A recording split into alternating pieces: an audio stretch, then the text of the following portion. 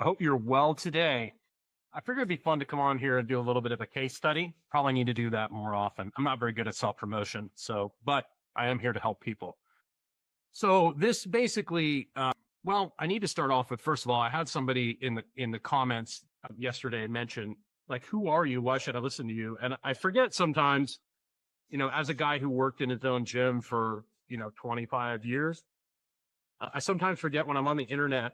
I could be speaking to people for the first time. I'm not speaking to the exact same people every time. So my name is Jim Laird. I've been like a strength and conditioning wellness coach for like going on 30 years now. I spent the last 3 years working in a medical practice with Dr. Leland Stillman, bringing group coaching into a medical practice, helping hold people accountable.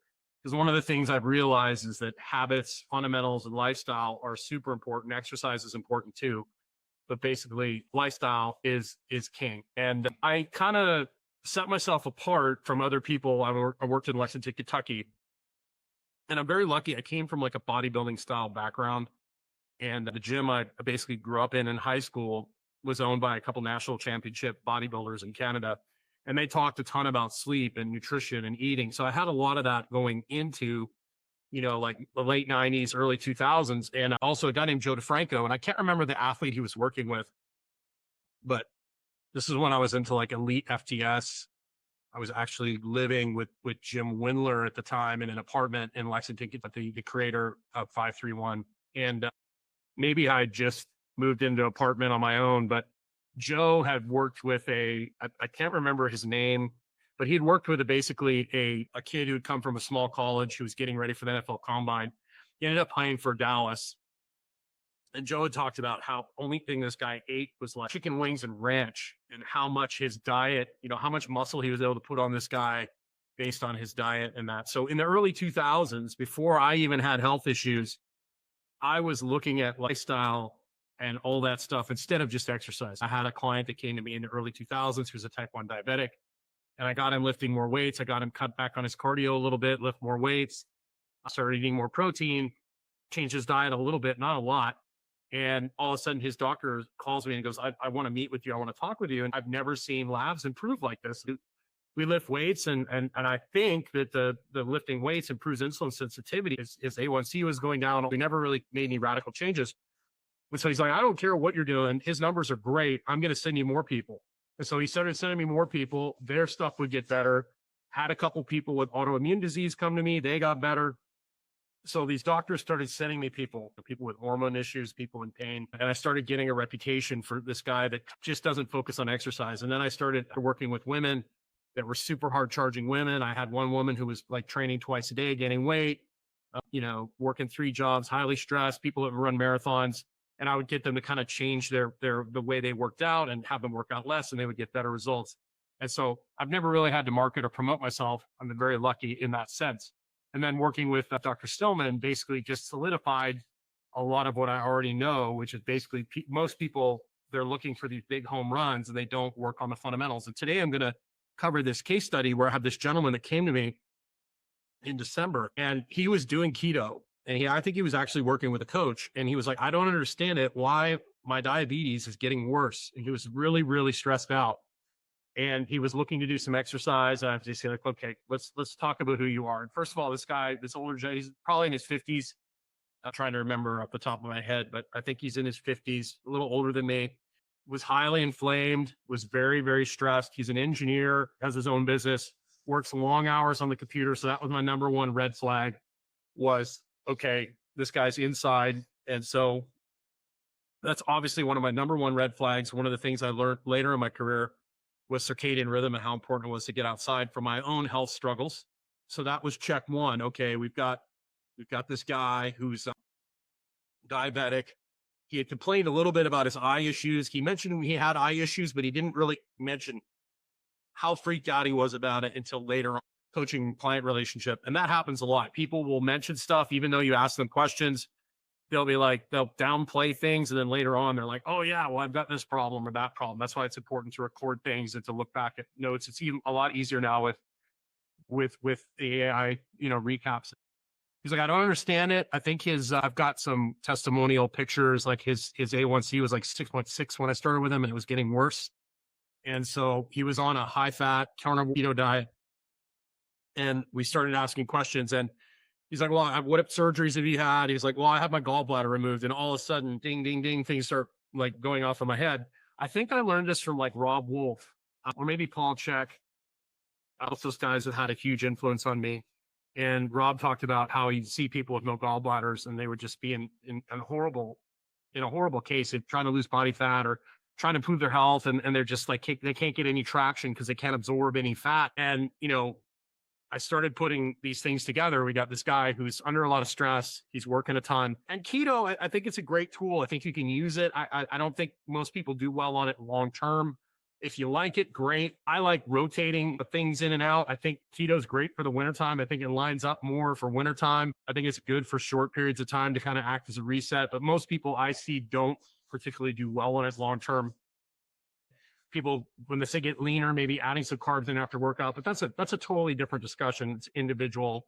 You can obviously make just about anything work for most people, particularly if their circadian rhythm is in order. But when you don't have a gallbladder, keto is not, high fat keto is not a good option, right? So basically he doesn't have a gallbladder. Gallbladder produces bile. Bile helps break down fat. Bile also is a huge detox mechanism for the body.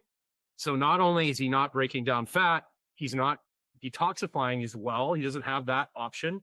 So that's causing a ton of inflammation. He's eating all this fat, and his body is basically on fire. And I've seen this time and time again with people with no gallbladders over and over again. It's really funny. I have a driver here in Granada that takes me to Managua and other places. And he goes, I just had surgery 2 weeks ago. And I so what is it? Well, I have my gallbladder removed. And I'm like, has anyone ever told you about taking bile salts or, taking a supplement with bile? And he's like, no. So I ordered him some from Amazon. He's like, yeah, I was wondering why my digestion has not been great. So I gave him a bottle of that and said, hey, take 2 of these at every meal. And sure enough, so we got this client on Oxbile, and I had to remind him over and over again.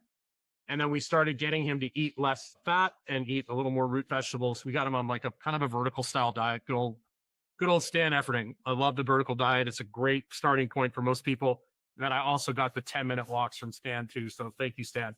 I appreciate you. So basically, this guy, we start getting him going in the right direction. And I'm like, all I want you to do is I want you to walk outside 3 times a day. I want you to, get a red light for the background. So, you can have some red light, get you some, I don't think we got blue blocking glasses right off the bat, but we got him going outside multiple times a day.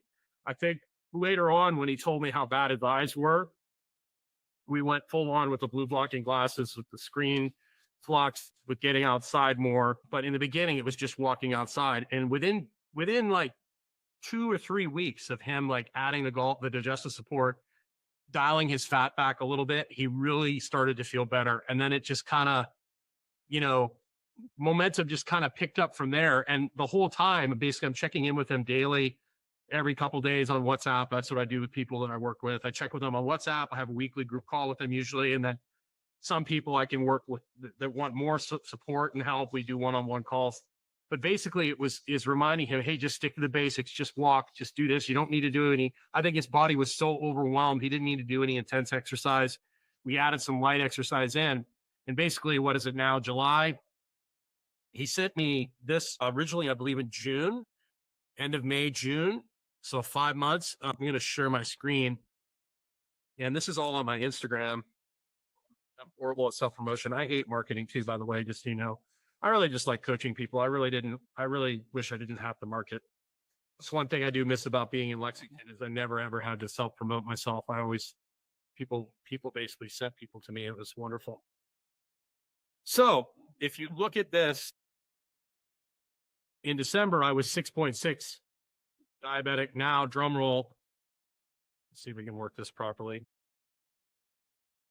5.5, not diabetic, not even pre-diabetic. This is huge. Thank you for your awesome guidance.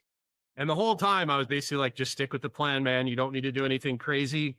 We're just going to walk outside 3 times a day. And I think he really started to embrace that. He was like, man, once you told me not to exercise and just use it as stress management, breathe through my nose, it was so much better. And then I think maybe it was in March, he reached out and he was really concerned about his eyesight and he was asking questions.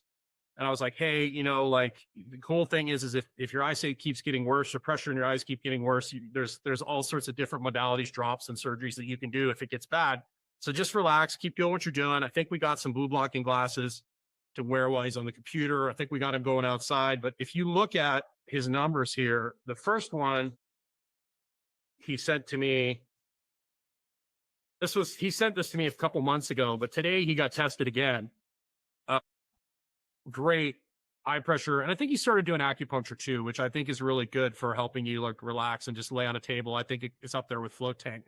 That really helped me with my colitis as well. But this is an update he sent to me about a month ago. Eye pressure at the eye doctor Thursday was 20 on the right eye, down from 47, 15 on the left eye, down from 35. The doctor was a little speechless. And people in general have a hard time believing that these lifestyle changes really make a big difference. But if you look at this, he sent this to me today, actually. He's like, as I look at the dates on this, so April, and I think it was March when he really, it might have been right after that test. He contacted me at the end of April and said, hey man, like I've got to make some major changes. And I think we also adjusted. I think he was eating at that time. I'd have to go back and look at my notes, but I think he was still eating a lot of fat. He was adding a lot of cheese to stuff. And I just was like, hey, like you can't be doing that even with the digestive support. Like you need to be eating lean meats and root vegetables. I think I doubled down. And I think at that time he was sending me pictures of every single meal to make sure that he was getting it right. And then making sure he was getting outside. But I think we doubled it on. I think he got a flux screen. I think we got blue light glasses at that point, and he doubled down on his eye care, like getting outside and looking off into the distance. And look at the difference. Like, and I think it's really important to notice here, like, okay, so we got 47-29, 35-21, 25-14, and then we improved on the one eye, but on the other eye, we got a little worse, like 1 point worse. And then all of a sudden it got worse on both eyes. And then all of a sudden it got better. Right? It's not the best it's been on the left eye, but it's far from the worst. So I think it's interesting to see how like things fluctuate, numbers fluctuate, weight fluctuates, and your body like needs time to adjust to things. So this guy's doing well. We continue to check in on a regular basis, but I've seen this time and time again. People either using like exercise that's actually making them worse, or they're eating a diet that just isn't working for them, or their lifestyle, like they're inside too much, so I mean, it's like trying to chop a tree down with a baseball bat. I also was watching, I was looking at Instagram.